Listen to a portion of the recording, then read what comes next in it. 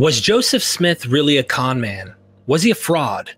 Many of you who are out there who are skeptical and non-Mormon will say, absolutely, he was a fraud. He was a con man. He lied this, and that. Don't listen to this man. He's a fraud. No. And I can prove it. What do you think you're doing? No! Because the real Dr. Meinheimer has a birthmark in the shape of Whistler's mother, right here. But at the end of the day, did he believe in what he was actually saying? Did he believe in what he was preaching? Or did he make it up? You know, this enigma of a question has been asked of not only the prophet Joseph Smith, but the prophet Muhammad, people like Paul, and most people don't even realize the apostle Paul saw himself as a last days prophet. How many prophets tend to have these characteristics that people say are frauds or liars? Paul said, I am not a liar. I lie not. Paul continued to defend himself. Was he possibly making up stuff yet still believing in his own stuff? And I say stuff because that covers a lot of material.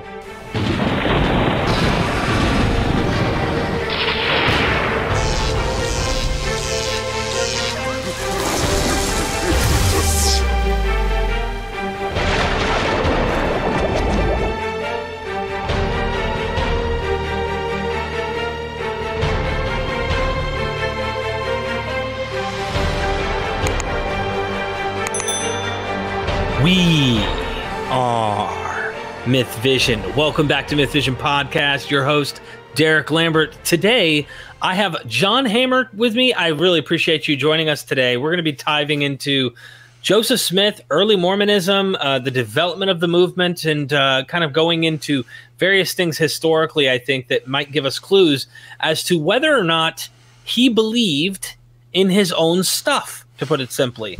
So I look forward to that. If you don't mind, John, your first time appearing on this show. So can you tell us a little bit about yourself, your background, and what makes you, I guess, an expert in this topic? Sure, absolutely. Thank you so much for having me on the podcast. So by way of background, I'm a pastor in Community of Christ, which is the second largest church within the Latter-day Saint movement. And so that's part of my background. So in other words, I'm part of the religion, but I'm also a historian within the Latter-day Saint movement or Mormonism. I've, for example, published an anthology of study of the movement called Scattering of the Saints, Schism within Mormonism, and several other history books and articles. I'm also a past president of the kind of John Whitmer Historical Association, which is this study of the movement more broadly. So maybe a lot of folks who know anything about Mormonism, they're pretty much only familiar with the LDS Church, the Church of Jesus Christ of Latter-day Saints, headquartered in Salt Lake City. Those are the guys who knock on your doors. Those are the guys, you know, Mitt Romney's a member of that church and so on. But they might be aware of kind of some of the smaller Brighamite, we call the people that followed Brigham Young to Utah. In that Brigham Young tradition, some of the smaller Brighamite churches, which are like the LDS Church, the Fundamentalist Church of Jesus Christ of Latter-day Saints, Warren Jeffs, and so on, the polygamists and things, but they're less likely to be aware of other branches of the movement that are not from the Brigham Young side of it. And so Community of Christ is also traces its origin to the same original church that split apart when the prophet Joseph Smith died. We specifically are the ones who stayed in the Midwest, who were opponents of polygamy, and then our second prophet is the eldest son of Joseph Smith Jr., which is the founder. So Joseph Smith III. Interesting. So at the end of the day, there's always a split. It seems to happen whenever the leader of any movement ends up going in different directions right out the gate. You know, there's all of these ideas about Jesus, for example, where when he died, was it just one movement that eventually fractured off, or right out the gate when he died, you have people already arguing and disputing and not on the same page? That seems to make the most sense, especially using a historical example like Joseph Smith or Muhammad or whoever might be. So in the same way, like we say, like people are probably familiar with Islam. When Muhammad dies, who's going to be the successor now? He's the last prophet, according to himself. And so therefore, who can be his successor or caliph? Is it going to be his companions, or is it going to be his family? And so the companion guys, those are the Sunnis, and the family folks is the Shiites. And so in the same exact way, is it going to be Joseph Smith's companions, his apostles, like Brigham Young, who lead people off to Utah, or is it going to be his family? So we're kind of like the Shiite Mormons. Got it. Interesting. So let's ask this question, because people have been wanting me to compare Paul or some other figures to Joseph Smith. I host a skeptic channel. Lots of people who are in my chat are going to be like, you know, if I do a video, they're like, oh, he's full of it, or he just wanted money, and it's only about power. And I thought to myself, I'm like, like, I remember being a fundamentalist, and people would look at me and probably think I am ridiculous. But to be absolutely honest with you, I really believed in what I was saying and what I believed, like I would preach and try to get others to think that way. So it's hard to try and determine those motives. And that's the question of the day is, did Joseph Smith really believe in what he was teaching, like through and through? And can you give us like a historical backup to what, I guess you say, like his life, to why you say yes or no? Yeah, exactly. So no, I think you're totally right. I think on the one hand, when people are approaching from a fully, let's say, secular or skeptical perspective, they maybe just naturally assume that people don't believe these things, you know. But in fact, actually, a lot of people are very firm believers in all sorts of things, and they. And so part of what we have to do to deconstruct this is go behind also the way stories are presented in modern times and the way they existed at the time. And so one of the things that is going to be a disconnect for people is that when they actually maybe, if you've ever seen the movies that the Mormon Church makes and portrays what Joseph Smith is experiencing in a very let's say special effectsy kind of way. So there's a lot of magic and science fiction stuff that's happening in terms of visitations and that kind of a thing. That's how it's portrayed now by that church. But if you actually go back to the sources and what people are talking about at the time, and if you really kind of understand that we're talking about, let's say, visionary experiences that people are experiencing with their spiritual eyes, these are kind of things that people can envision things today. This is something that we are in a post-enchanted world where we are so used to special effects, and our imaginations are so turned off because of screens. Everybody assumes that everybody had to have been on hallucinatory drugs in order to see anything, but that is not historically true. Right. So historically, people have been able to, anyway, be more imaginative than that. They didn't have all the things that we have now. I think that there's all kinds of different reasons, if we go back to the actual sources, that that we can say that Joseph Smith, at the minimum, is a complex character, and there might have been multiple voices within his personality. The way we listen to different things, we have self-doubt, but we maybe also feel a sense of calling. There may be things that we believe that are, let's say, inherently contradictory within ourselves. So I think that there is adequate reason to believe that some part of him is definitely believing what he's saying. So, because of some of his actions seem to indicate that. So some of the things that he ends up doing, you'd be hard pressed to understand why he would do that if he didn't, if he wasn't also believing some of the even supernatural things that he's talking about.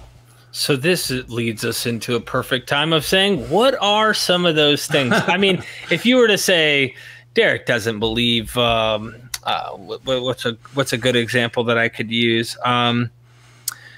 Derek doesn't think that he'll be successful with doing YouTube full time at all, but I put all of my eggs in the basket, and here I am running a podcast. And I'm doing this full time. Mm-hmm. But he doesn't believe in doing the thing that he's doing. It's kind of hard to say that someone is completely fabricating it. Now, I've heard some stories historically about what happened with some of the battles and wars that took place. It's like, can you really go into that as a fake and a phony and a fraud? I mean, it's hard for me to know how. So what are some of these examples? So you can.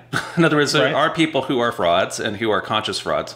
And so that's not to say, I'm not going to sit here and argue and say that that's not possible. So what we have to say when we're looking at a historical figure and we're looking through the lens of history, what we have is kind kind of the evidence, and so you can never get it precisely into a person's mind, right? And even now, so for you, Derek, I don't know you enough to know what you're, in terms of those beliefs. But what I can say, for everybody, in terms of their own history, you may have had this.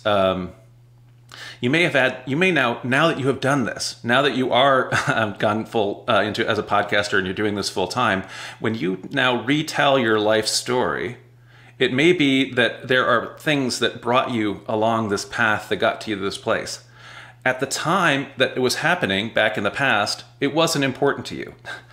But now you look back on it and say, hey, guess what? That was one of the stepping stones that led you to this. And so now in hindsight, in retrospect, you emphasize that moment in your life way out of proportion to what you would have thought at the time. And if you were just keeping a journal, that might not even made it in or whatever. There might have been something else that was so much more important to you at the time that's not important to you at all now because you didn't go down that path. You might have gone a completely other different path, but you didn't. And so so that's what happens is that because we know how it goes, then there is a historically we go back and identify things as out more important in retrospect than they were at the time it was happening.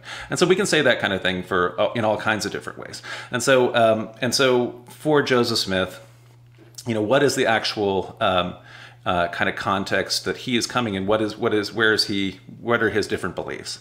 And so when people tell the Joseph Smith story today, they tend to start with his what's called retrospectively called his first vision.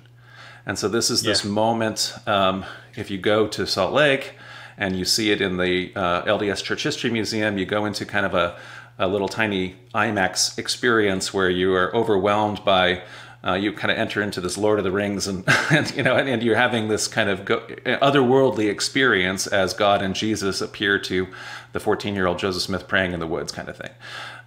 And so I've heard, like ex-Mormon skeptics who say, I really would love to have a time machine and go back and see what Joseph Smith was actually experienced. And I always say in response to that, you do not have to go back to worry about that. What you would see is a boy praying and you would see nothing. Because things like that, this is a visionary experience. This is not something where there is such a thing as a visitation, in my view.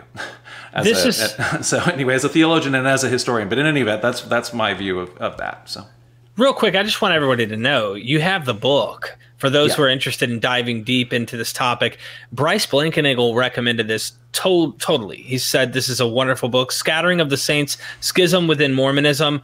Also, the YouTube channel, it is Center Place, and I'll leave these down in the description. Go subscribe. He talks about some really good stuff, untangling Greek and Roman mythology, giants and fallen angels, all the fun stuff that everybody likes. The Lost Gospel Q, the documentary hypothesis, you name it, he's into it. Go subscribe. You can't pass that up on MythVision.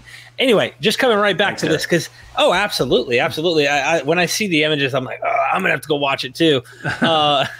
So Joseph Smith has its self-proclaimed visionary experiences. And then for me as a skeptic, I have no problem with thinking people have experiences. You can say whatever it might be, what might have caused the experiences might be natural, or you say supernatural. Either way, discrediting. I'm sorry, go ahead. No, I was just going to say, well, by the way, we can also say as a historian that this is actually amazingly common. So Joseph Smith is not the only person in the 1820s or whatever the year is there that this is happening, because this is the Second Great Awakening in early U.S. American history, where there's suddenly all of these revivals. He even talks about how a revival is the thing that sparked him to go and pray. Revival preachers of the time, this is like the beginnings of evangelical Christianity. It's the beginnings of this brand new theology of preaching hellfire and damnation so that a person feels like they are convicted of their sins, so that they will go have a born-again experience. And so what Joseph Smith is just describing here, especially in his first earliest recollection of the first vision, is simply that, what an evangelical would call a born-again experience. So he's born again, he's convicted of his sins, and he goes and prays for forgiveness. He has a sense of Christ speaking to him and saying, your sins are forgiven you. And so that's the earliest recollection of that. And we have there's hundreds of accounts that are just like that, from that time period and to this day, and frankly, and so it isn't anything that we have to say, oh, he made that up or anything like that. There's one of the main historians of all of the early documents, a guy named Dan Vogel, a good friend of mine. He is a ex-Mormon. He's also an atheist, and he doesn't doubt that there is an experience here because Joseph Smith keeps going back to the experience. He's saying is, it's not, though, as it's portrayed in LDS movies where you're actually having a sci-fi event where visitation is happening outside of the body. Yeah, this reminds me of like pre-charismatic, Pentecostal type. I've been there. I've seen things and experienced things myself. And so I know that's why as a skeptic, I'm like, I'm a skeptic. I identify as an atheist, and I'm like, I just don't see why we're dying on that hill pretending that was all fake. Now, there are going to be questions we're going to get into about maybe are some things invented, or what are or how do we interpret them, like the golden plates. I think these will be interesting discussions because there seems to be like a historical. So someone says it's like looking through a mountain and like seeing the plate, like he's not showing them these actual plates, but they're visioning them or something. But I'd like to know if there's something there. But before we get into that, I just want to make one comment. You brought up something fascinating. The world in which he lived in, the milieu is this kind of thinking, and magic played some significant role. Absolutely. So I think that needs to be emphasized as we get into this, because looking at someone like Paul, the Apostle Paul, you notice he comes out of a weird Greco-Roman, Hellenistic, apocalyptic Judaism blend. So there is, if I can use the term, superstition in the air about the end at any moment now, while Hellenism's trying to, really, well, isn't trying, it's already embedding the minds of all of these people practicing this Judaism. So I wonder, I'm thinking, like, how do I parallel these? So please, what, maybe we go into like Joseph Smith and show us like some more things that you think are valid. And then maybe if there are some things you think he may have purposely lied about for whatever motivation, if you think there's something like that, I'd love to hear it. Well, so I would say one of the things that is operating, especially if you go now all the way back to Paul, for ancient people do not make a distinction between they don't have the same sense of let's say having figured out how natural operations work, right? And so they have much less. Aristotelian science is much less evolved than our modern science, right? And so being able to differentiate between causation is not something that they particularly have, and so they don't actually differentiate between divine forces and what we would call, say, natural forces. They're all divinely caused. And they also then are not aware as much of, like, say, things that actually can happen and things that do not happen. And so for people back then, they're not making. I mean, so it doesn't. People are largely. It's not a matter of deciding whether they believe in God or not, because when you're talking about things like that, you're saying, well, you don't believe in lightning, you don't believe in death, you don't believe in love. All of those things are expressions of God or the gods in antiquity.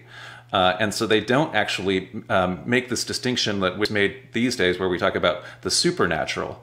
Supernatural, even though this is a Latin word, supernatura, this didn't exist until modern times. It's a modern invention. They weren't talking about it. They did talk about superstition, but the Romans had that word, but they kind of applied it prejudicially, right? So like against other, right. Our stuff is the real stuff. Everybody else is superstition, right? And so but for me, I use the word superstition to mean belief in physical magic, and so a physical magic is different from what for me religiously is this. What is the spiritual is the immaterial. It's ideas. It is that sort of a thing, as opposed to walking on water or something like that, which would be a supernatural physical magic activity.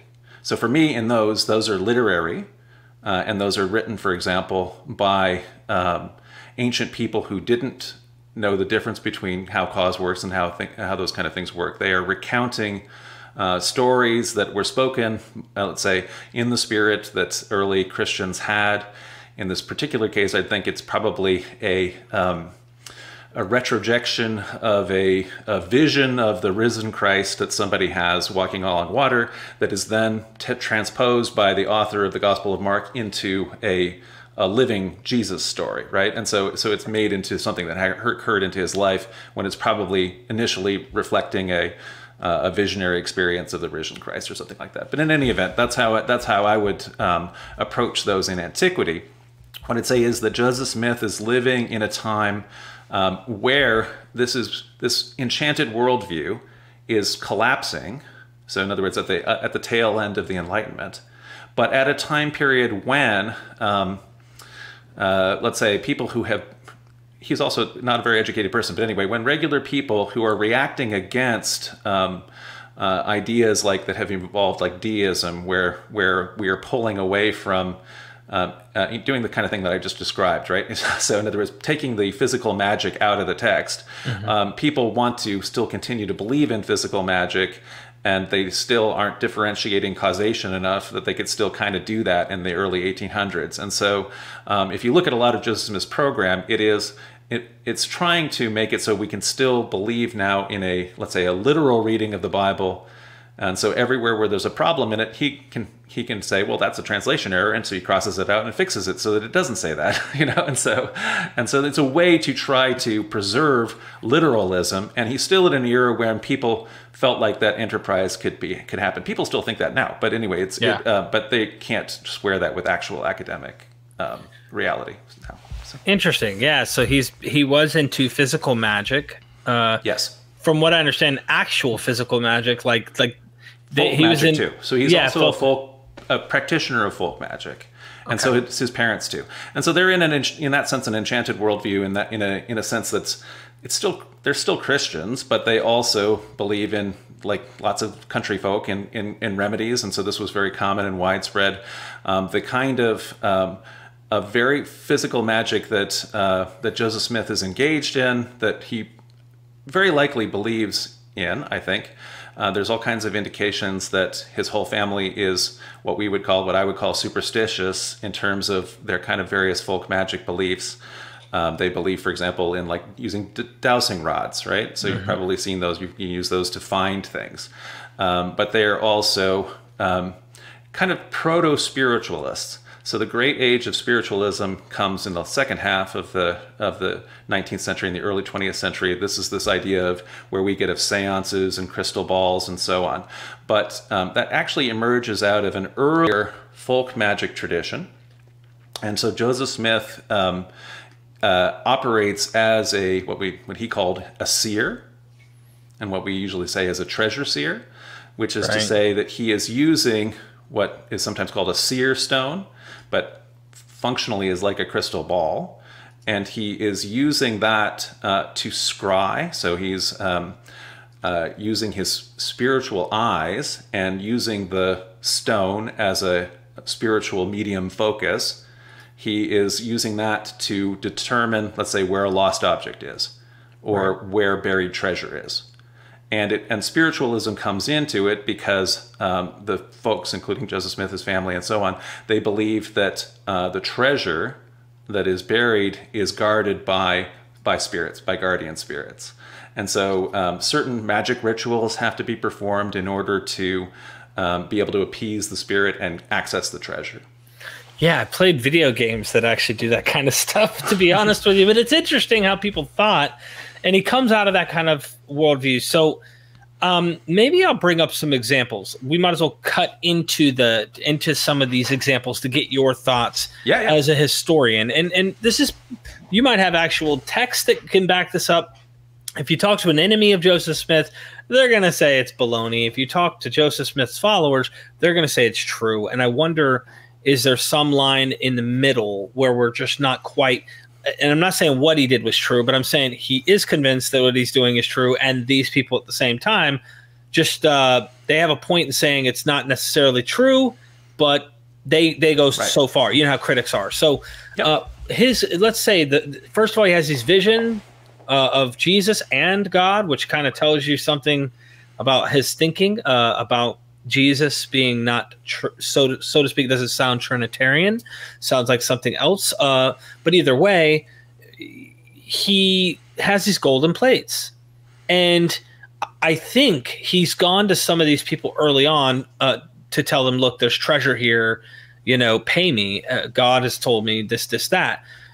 We're going to find treasure. If you give me money. Do you think that he was at some points bribing people out of money, and wasn't he convicted for something like this supposedly? And yeah, exactly. So yeah, it's pretty hard. In fact, it's not possible to deny that Joseph is involved in being a treasure seer, because we have so much records. So the sources, the difference between when you've done origins of the historical Jesus and things like that, and Muhammad even, the difference between the amount of the amount of historical records we have. Joseph Smith, we have way too much. We have plenty. We know everything. There's just so much of it that's available. So I'll just mention. So in terms of, you're talking about this, the first vision, so seeing God and Jesus.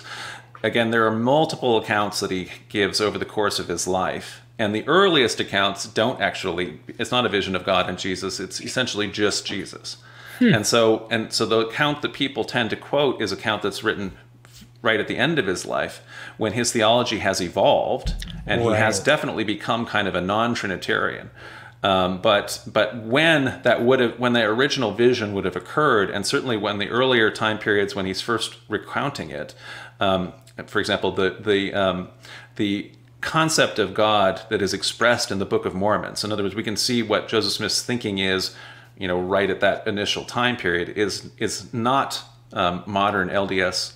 God and Jesus and the Holy Spirit are totally separate beings, and they are limited physical beings and so forth.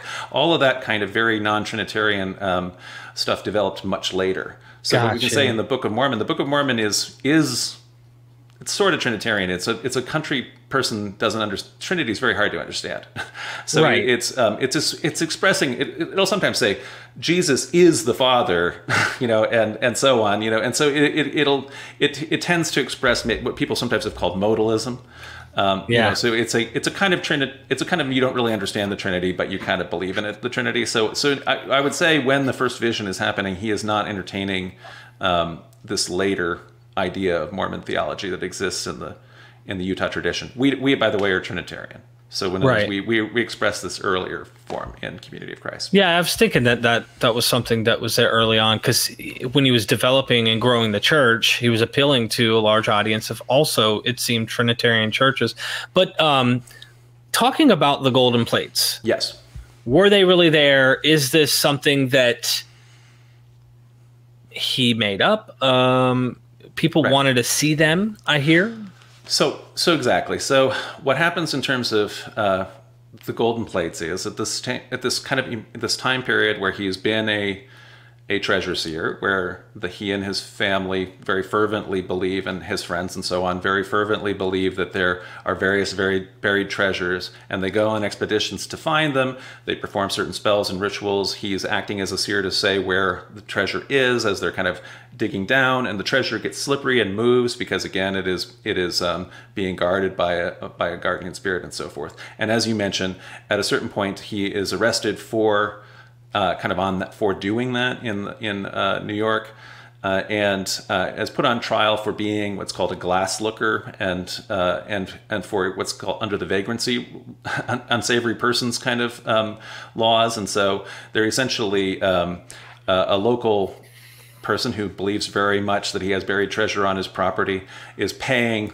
people to be a seer and also to dig for treasure on his property, and he very much believes in it. And so his sons, who think that their father is being defrauded out of his property, take him to court, and he gets convicted because you can't be a glass looker, that's illegal under the vagrancy law. So anyway, so the guy who his sons think is being defrauded, he testifies on behalf of Joseph Smith. Oh no, we're doing that, but he's a real treasure seer. In other words, he has that power, and so that pretty much convicts him, even though it's friendly testimony, right? Right. And so then he has to he flees, and so he takes leg bail, as they say, and doesn't actually serve or anything like that. But he leaves the county, and they're fine. They don't care. They want to get rid of him, kind of thing. But that's showing kind of what's happening. So in that same way, as the story of the golden plates kind of emerges, some of the earliest accountings of it that we have sort of as Joseph Smith's father explains it to some of the neighbors. Again, an old spirit has said that there is a buried, what's a treasure, what we might call a treasure, but in this case, the gold is actually a book. And so the book actually also has a record of this lost people that everybody at the time believes in. So European Americans anyway. So European Americans, the settlers, have encountered all of these earthworks everywhere. So it used to be in the Northeast, and especially all across the Midwest, there were mounds. And some of the mounds have survived, but generally speaking, the settlers just destroyed them all and got rid of all of these earthworks, and they, ground them under to make their farms and everything like that. But there were these earlier remnants of, like these Mississippian cultures and things like that, earlier native vast earth complexes and things like that. And because of the condition of the Native Americans by the early 1800s, nobody, and because of how racist settlers were, nobody in the settler culture, in the European American culture, believed that the natives had ever had a high enough civilization that they could have built these vast cities and earthworks and everything like that. And so there was a widespread understanding, what's now called the myth of the mound builders, because it's totally wrong hypothesis. But there was a widespread understanding at the time that there had been this great civilization in the North Americans, that the natives had come along as barbarians and had exterminated them, and that now all that was left is the ruins and the natives. And so anyway, so that that's why it's a good background, though. I like how you're leading up to give us. Well, that's why they thought that there's buried treasure. Right. Because in other words, so all of these things that are under the Indian mounds, there's some kind of thing that they're going to find. The same way that everybody now in Europe has been digging everything up. They went to Egypt. Napoleon went to Egypt, and they got the Rosetta Stone and all these treasures of Egypt. Everybody has been started doing this kind of big. It becomes archaeology. Right now, it's just grave robbing, and that kind of thing is just taking off, and everybody's excited about it. Thomas Jefferson is going and was going and actually excavating Indian mounds. DeWitt Clinton, the governor of New York, is speaking about how tragic it is for at the New York Antiquity Society, how tragic it is that we don't have the history of this lost people, and that we'll never have it unless somehow buried in one of the mounds is a record that's written on metal or stone that would actually record this lost history, because if it was written on paper, it's all gone. Yeah. Wow. Okay. So we get the background, the build up to the golden plates. Yes. From what I understand is he had actual plates, that it wasn't just a book, that these were actual golden plates that he had in a box. Well, and he had a box for sure. Right. So yeah, and he said the plates were in the box, so yes. Yeah, but then like when people wanted to see it, he was saying, no, no, right. You can't see it. Do you think that there might be a mix of dishonesty and his real hope? Put like this, people believe, I'm going to give you an analogy, people believe Jesus is coming back any day. Yeah.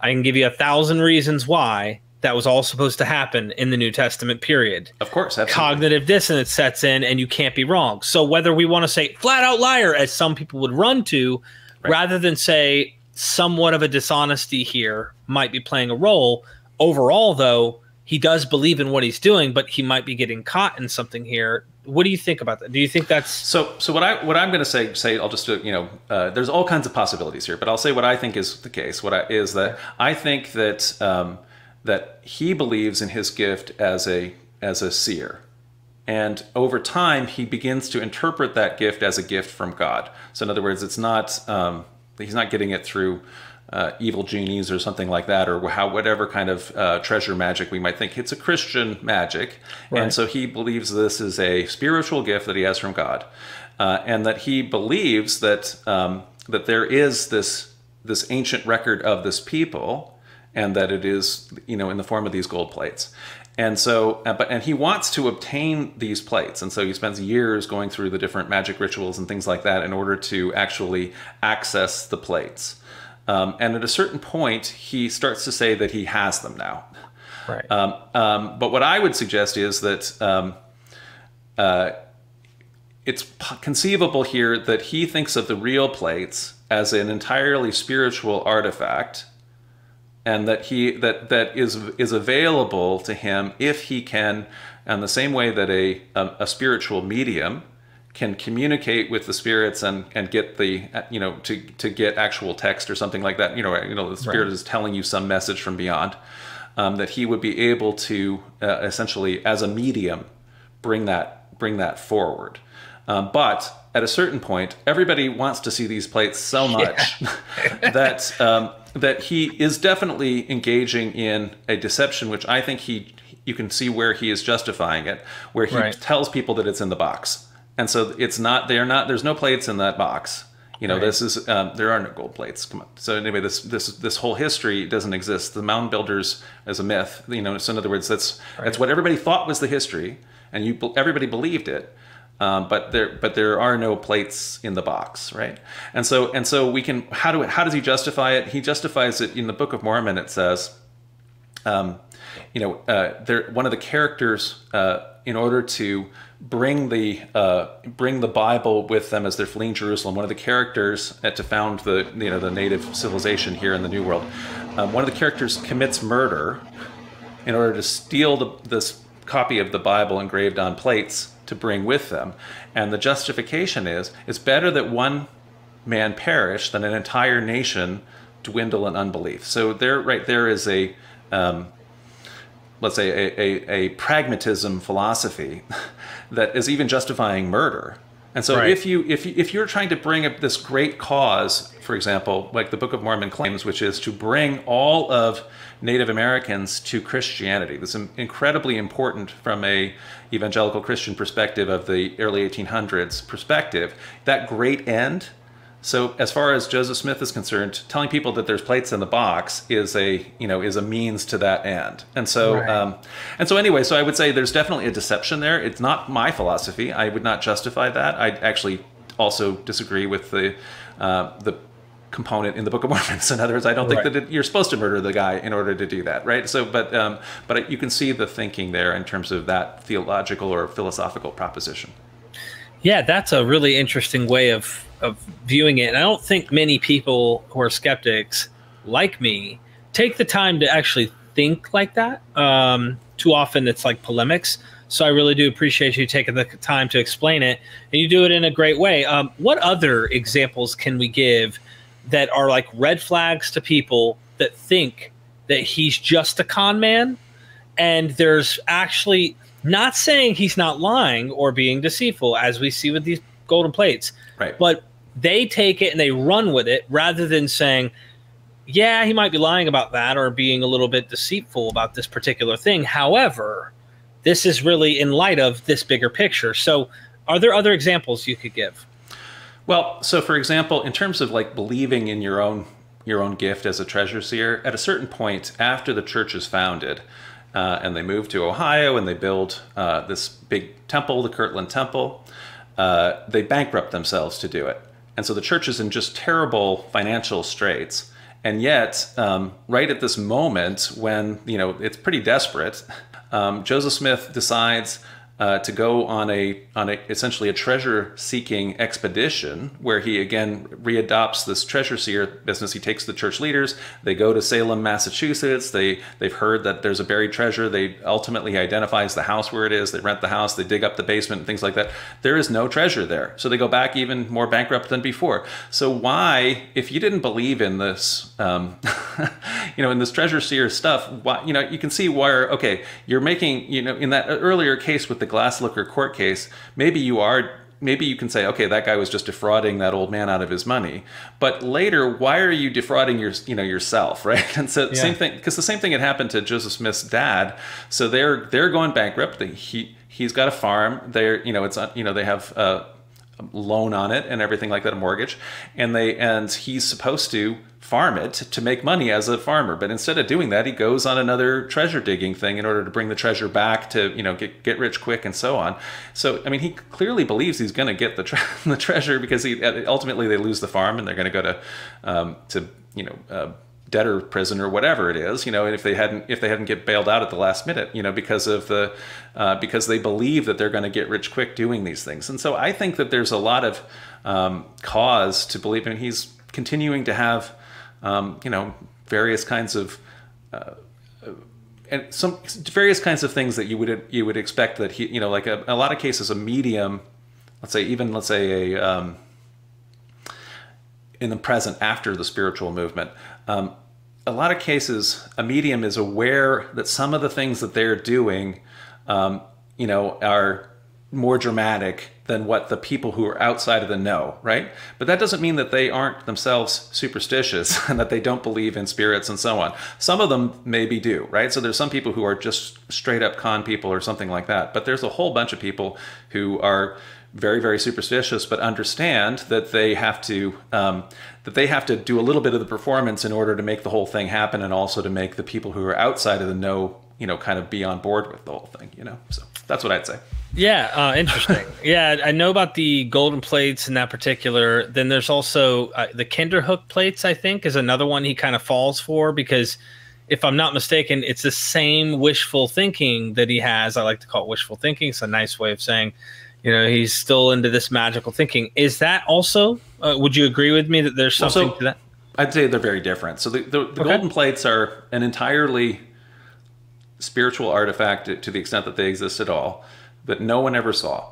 Right. And so despite the statement of the witnesses and so on, the reality was at the time, he would tell people it's like like the Ark of the Covenant. Nobody's allowed to touch the Ark of the Covenant in the stories, because anybody who does, just like God will kill them, right? And so that happens like left and right in the Old Testament, right? And it happens in the Indiana Jones movies, right? And so on, if you look at the thing. So in that same way, nobody's allowed to look with their physical eyes at the plates, because they'll die. And so anyway, that's the golden plates. The Kinderhook plates are people who don't like their Mormon neighbors. So at a certain point, the Mormons are refugees in Illinois. They've gotten kicked out of the state of Missouri. They're actually living in this town of Kinderhook, which is where my great-great-great-grandparents were living in Kinderhook. Wow. As refugees from Missouri. They might have been the people that were immediately tricked by by these local Illinoisans. Yeah. So local Illinoisans who are think, boy, these Mormons are stupid and we hate them. And so they take a piece of kettle pot or whatever, copper, they scratch characters that they're copying off a Chinese something or other, or whatever, onto a bunch of these. They bury them in an Indian mound, and then they go and do a mock digging up of it or whatever, and they make sure some Mormons are around when it happens. And so that when they unearth it, the Mormons are like, oh, I know what these things are, and I understand. I have the context for this. They got essentially the Illinoisans are putting it over on them, right? Right. And so then they take them back to Joseph Smith, and Joseph Smith also appears to be conned by them. In other words, he believes the local Mormons who have said, we were there when they were unearthed. And so he doesn't actually produce a translation of them, but he makes some journal entries that he identifies what they're kind of about, and maybe is going to in the future. But so what I'll say about the difference is this is a real artifact, and we also know how it was made. Right. And one of them I think still exists. There's in a museum in Chicago, I think. But anyway, so those are real, as opposed in terms of physical, as opposed to the golden plates, which there's no physical artifact. Someone might go, they should probably consider this, though, that he seems to have fallen for it himself, which means if he was a con man, think about it. If he was like come through and through con man, I know that if I was trying to trick people and all of it was BS, and someone brought me something like that, and I know it's BS, I'm going to call BS. I'm not going to fall for it. It seems to be... You get what I'm trying to do. I see what you're saying. Yeah. No, but by the way, everybody believes that this history is true. Right. Right. And so lots of people are finding these things, and actually lots of people are wishfully or hopefully making them, and so on. There's a whole host of them in Michigan called the Michigan Artifacts, where these guys are putting things on slate and things like that, and burying them and digging them, but like you say, the people in general, he in general, I think definitely believes that there is this history, whatever his personal view of and his understanding of how the Book of Mormon was what the story actually came from, whether it's something that he channeled or however he understood it to be. It's hard to know inside his inner mind, but I think, yes, that's a good example of maybe how he definitely believes this kind of history of the natives. Interesting. Okay. How do modern Mormons handle the notion that Joseph Smith was into magic, like physical magic? I know that there are various sects, as your book is going to tell you, like, hey, you're not going to get one size fits all when it comes to Mormonism. Everybody has a different little spin right here. But if you don't mind, like, I think I've heard people try to say that the Mormons are kind of like, no, our prophet didn't do those things. Our prophet did not go around with wands or try treasure hunting or had a seer stone or did any of these things. It probably depends on the apologist you're dealing with, but what is it? Well, so I'd say in our church, largely we've accepted, the decision of the academic historians, and so like myself, and so I'm a church leader. I'm also a historian, and so I would say that in general, I've already just explained my view of Joseph Smith. So that doesn't mean that he doesn't. We maybe have a very different view of what a prophet is than a fundamentalist does, because a fundamentalist is viewing prophets as almost like a supernatural figure who is exercising, again, kind of a physical magic, whereas we see people who have a sense of calling, who are perhaps inspired and are trying to respond in human terms to what the divine is inspiring them about, right? But they are limited because they're humans, and they make all the same kind of errors that Paul makes, or any anyway, Old Testament prophet that are actually historical makes, and so on. Yeah, so you are definitely, I could tell just by talking with you, you're far more advanced when it comes to the reality of things, and that is something that I really do appreciate you. I don't care about your ontology, meaning I don't like it. It's neither here nor there in what you conclude ontologically. At the end of the day, though, I just want honest discussions, and that's what I really want on this channel, is discourse that's honest. And what you're presenting, I think, is a very honest and balanced approach that I think is fair. It sounds like he definitely did believe what he was doing, and he believed it till he died, I guess. I mean, are there moments where you would say no? Well, so again, for us, it also doesn't matter. So I mean, for me, it doesn't matter. So I'm saying it's possible that he believed, and it's also possible that he knew. It's also possible that he entertained the doubts inside himself too, right? At the same time, and in a way, we can have contradictory views in ourselves either way. But in the very same, from a church perspective, it doesn't. This was settled in Christianity with the Donatist heresy in the 5th century or something like 4th or 5th century.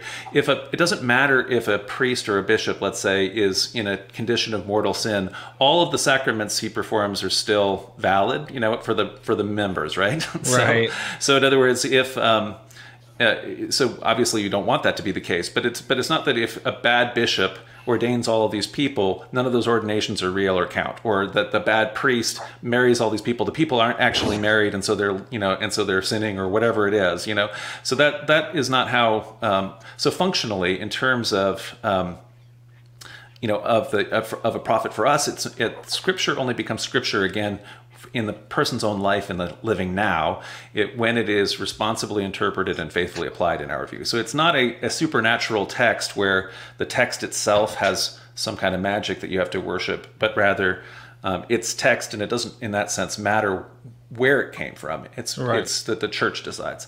So, but for the vast majority of the other Mormon sects, it would be the opposite way. So in other words, most Mormonism, including the LDS Church, even though there's one church that's called the Fundamentalist Church of Jesus Christ of Latter-day Saints, most Mormons are fundamentalists in terms of their overall perspective and that kind of a way. And so most Mormons are literalists, and like you say, will have all kinds of apologetic ways that they will try to make these things not be as bad as they seem. So yeah, it's a house of cards. It really is. I think you're taking a better approach, of course, at the end of the day. There's so many things, toward the end when I did this series with Bryce Blankenagel on Joseph Smith, for a while I was like, this guy, is he a good guy? Is he a bad guy? You kind of torn between both sides. Like, is this really a good guy or a bad guy? But it's like any TV show I get into. I was like visualizing it, and I was like, I don't want to see him go. I don't know why I don't want to see him. So, and that's coming from someone who doesn't believe he's a prophet. I definitely don't. Well, so I would say I've got a mixed review of the guy, a pretty mixed review of the guy. So I think that I think one of the reasons why it sometimes can be easy to condemn people that come out of this, when a person's coming out of kind of a folk tradition and they aren't very educated, they make all kinds of mistakes that all of us who have, who are more educated and who are able to think these things through and we sometimes are able to say, whoa, that's pretty boneheaded, or, this is so obviously a mistake and all those kind of things. On the other hand, I think we need to kind of like step back and think about the context a little and understand that there are other ways to live life validly, and you don't have to be from the academic class in order to have a legitimate and meaningful life and that kind of a thing. And so I think that that there is some positive things that he's trying to do, and that there are some positive results. But I also think, though, that it's undeniable. But by the end of his life, he was surrounded by so many yes men. He had lost perspective. This kind of pragmatism in terms of his philosophy had caused him to kind of go off the rails in a lot of ways. And so by the end of his life, he is engaged in several very serious abuses of power. And the most critical, I would say, is this this starting secretly practicing and starting polygamy. And so we call this, and I call this specifically, but it's our church historian says abuse of priesthood authority is a broad category for it. But the way this abuse of authority took form, for example, is Joseph Smith came to my great-great-great-great-grandparents in Nauvoo, Stephen and Nancy Winchester, and said, if you give your daughter to me in marriage and she is sealed to me, then our whole family will be sealed together in the eternities. And so they gave their 14-year-old daughter to Joseph Smith to be a wife, secret wife, And so anyway, I think that's a pretty serious abuse of authority. And I absolutely condemn Joseph Smith for doing that kind of thing. And I also, like I say, do not justify his Clintonian, I call it, lying, where he like pretends he says something that's supposedly true, but then it's meaning to deceive you, and then also outright lies like plates are actually in the box kind of thing. Yeah. I appreciate your honesty on that and telling us all these things. It's kind of interesting hearing someone who's in the faith, but of course a more progressive, I like to use the term position, and yet is willing to say this about the prophet. Something fascinating about what you just said there that came to mind too, though, getting off of that subject, just to point out the sexual position all of these leaders seem to have. It's like, where there's power, I don't know, people get off on it. And it seems Muhammad had the same thing. God gave me God told me, he told me that you're supposed to not marry her, she's mine. I think to his nephew or something, and this happened. He married a lot of times, and there seems to be this indication. I don't know how historically reliable some of this is. It might be a little later, but there might be a kernel of truth to this. Seems like people in power seem to get to this point where they now want women, or the opposite, or the complete opposite. The Apostle Paul is a strange enigma in this case. It just depends on who you ask. And Rabbi Tovia Singer came on recently. He does a lot of studying on the New Testament. He thinks Paul was actually a homosexual. Yeah, I have a lecture on my channel. Was the Apostle Paul gay?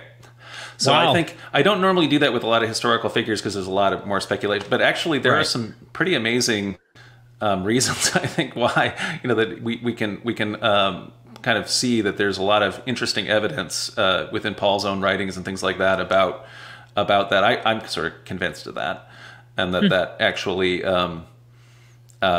hasn't been good for gay people because of what Paul ended up musing on as topic that he was very worried about. Paul has this big long aside where he's like trying to figure out why it would be that good Jews like him would, just couldn't stop thinking about how sexy guys are, kind of thing. I mean, it's not, he doesn't quite say it this way, but he says, I understand why this happens with the Greeks, because they have all of these, they have all of these gods that are really sexy, God, and so by loving their gods, they are immediately taken with this idea. But we don't have a picture of our God, so why does this happen to us? And I guess the normal answer for everybody who's heterosexual and male would say, well, we don't have that problem. You know what I mean? Right. I see women and I'm like, yeah, exactly. But so Paul says that it must be because we have the law, and because the law put the idea into my head, that's where I, started, thinking that along those lines, kind of thing. Anyway, so there's a bunch of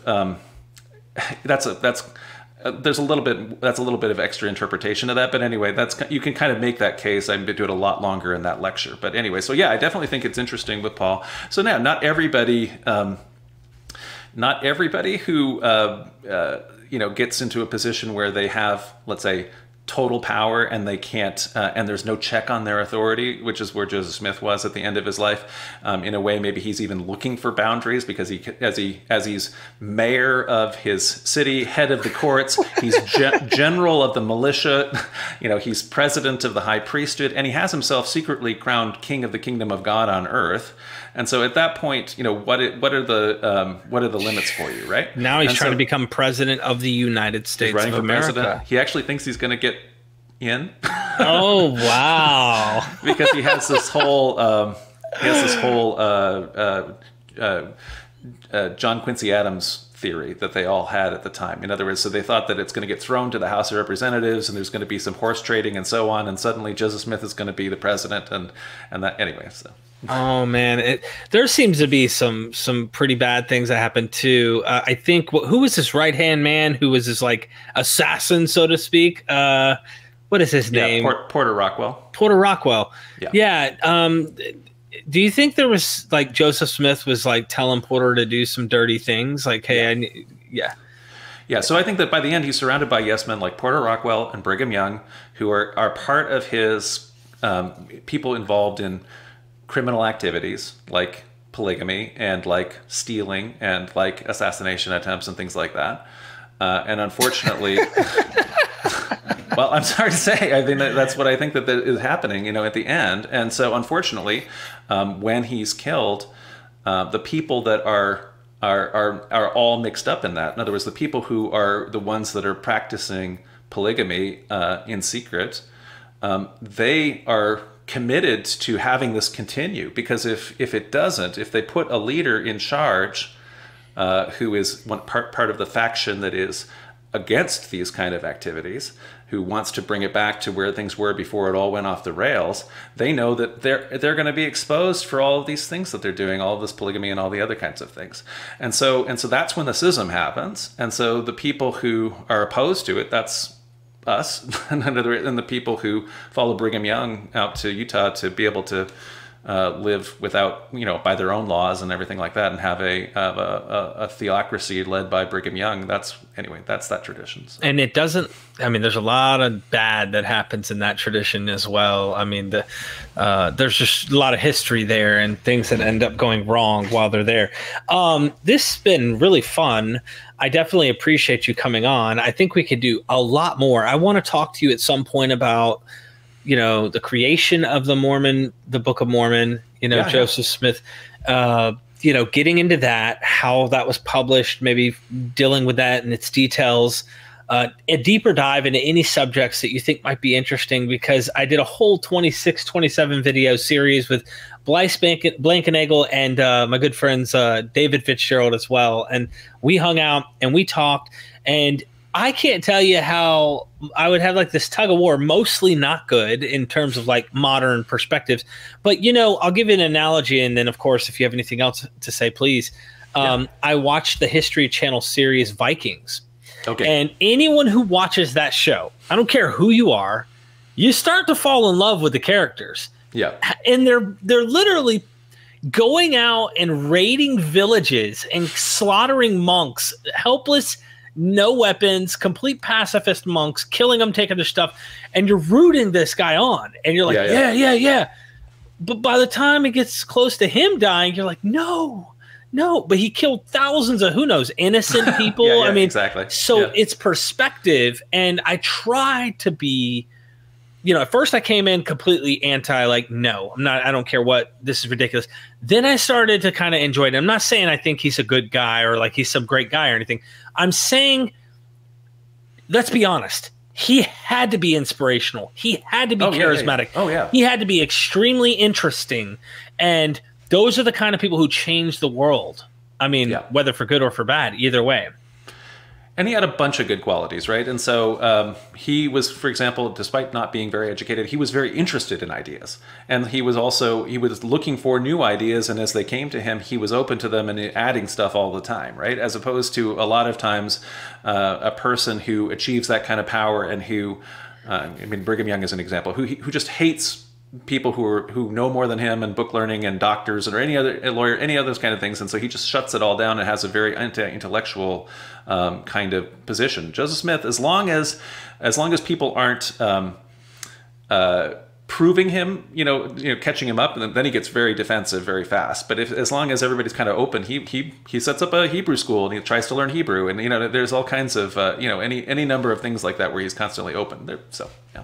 Wow. Okay. Well, ladies and gentlemen, make sure you don't forget. Go get the book. Go get the book, Scattering of the Saints, Schism Within Mormonism. It was recommended by our previous Mormon series. Highly recommended. In fact, this picture of this book appeared in the thumbnail of one of the videos. And we talk about it. It comes up as a visual. This goes into the whole history, if you will, wanting to go from the prophet all the way down. Also, you got to check out the YouTube video. Lots and lots of videos. I subscribed earlier. If I subscribed, you should follow the prophet of MythVision. I mean, let's just, seriously though, there's a lot of wonderful material here. Definitely go check it out. I mean, endless content. So you'll get lost figuring out more information. How often do you go into the Mormon stuff on this particular channel? There's maybe about 10 lectures on Mormon stuff, but it's just in his Christianity general. I mean, on the topic you were just talking about, there's one called Vikings versus Christians. How did if you watched Vikings, how is it that these pacifist Christians win? You know what I mean? In other words, so why, you watch that Vikings show and for some reason, modern Hollywood, the paganism, all the pagan magic actually works. And but anyway, and then the Christian magic doesn't, right? Which is actually what actually happens is, anyway. So how is that pacifist God actually win? Why aren't Swedes still crazy Vikings today? Why are they post-Christian? So anyway, so there's a topic like that. Wow, thank you so much, ladies and gentlemen. John Hamer, I appreciate you coming on. Let's do this again, my friend. Absolutely, thank you so much. And ladies and gentlemen, if you don't have words to chant and you want some, how about these? We are MythVision.